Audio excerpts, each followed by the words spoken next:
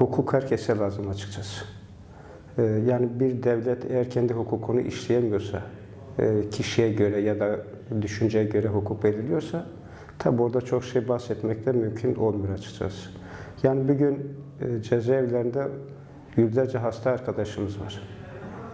Ve binlere yakın infazı yakılmış arkadaşımız var. Yani 35 yıl cezaevinde yatmış arkadaşlarımıza 35 yıl sonra pişmanlık adı altında yeni bir dayatmaya gidiliyor. İşte hani pişman mısın?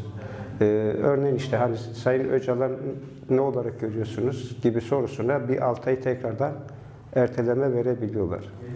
Hasta tutsaklarımız çok yoğunlar ve bu hasta tutsaklarımızın birçoğu adli tıp raporlarında olmasına rağmen keyfi uygulamalarla bırakılmıyorlar. Tabi doğalında hem biz hem de aileler bu konuda rahatsız. Çünkü şunu çok net söylüyoruz. Hukuk işlenmeli. Bu 10.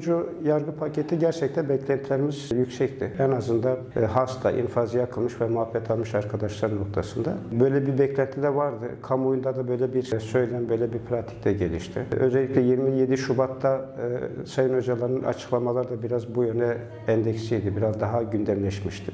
Biz bu konuda şunu gördük. İktidar bu konuda gerçekten samimi olmadığını gördük. Yani hele daha bizim o beklentimiz özellikle hasta ve infaz yakmalarına bir cevap olmadı ve hala da keyfi uygulamalar devam ediyor. Yani Bolu cezaevinde 72 hasta tutsağımız var.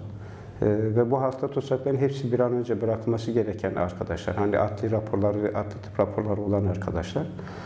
Ama buna rağmen henüz bir adım atılmamış ve keyfi olarak arkadaşlar kurula çıktığında 6 ay tekrar erteleme alabiliyoruz. Tabii bütün sorun açıkçası bu anayasayla alakalı sorunlardır.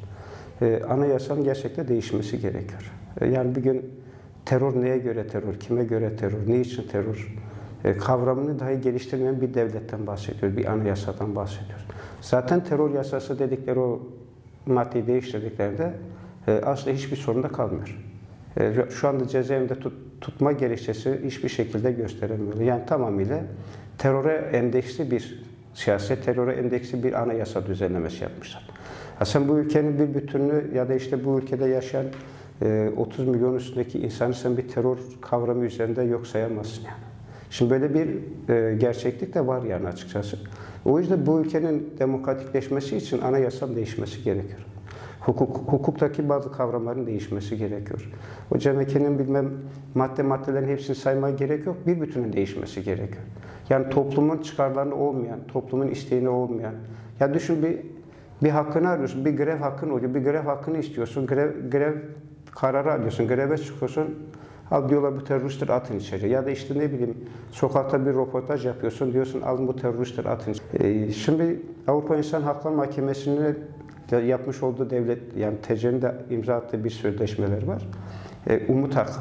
Yani umut hakkı 26-27 yıl cezaevinde kalan her insan için, her vatandaş için ya da her tutsak için verilmesi gereken bir haktır açıkçası. Yani bu devletin şu anda Sayın Öcalan'ın umut hakkını vermesi gerekiyor. Sadece Sayın Öcalan değil birçok arkadaşlar vermesi gerekiyor. Özellikle ağırlaştırmış muhabbet alan arkadaşlara, işte muhabbet alan arkadaşlara, 30 yıl üstte ceza almış arkadaşlara. Ama dedim ya keyfi bir uygulama var yani. Kendine göre, kendi çıkarlarına göre bir uygulama var. Toplum bir bütün özellikle tutuklu ailelerin bu sürece birlikte örgütlü bir şekilde cevap vermeye ve beraber mücadele etmeye de çağırıyoruz. Buyursunlar her alanda, her zeminde biz bu hukuksuzluğa karşı birleşelim. Bu hukuksuzluğa karşı sesimizi birleştirelim. Örgütlenelim. Sesimizi gereken her yere duyuralım. Çocuklarımızın mücadelelerinde ne kadar haklı olduğunu gerçekten tekrardan gösterelim. Çünkü bir şeyi görüyorum. Mesela 37'lik arkadaşlar çıkıyor. Yani gerçekten çok moraller, çok böyle motivasyonlar yüksek.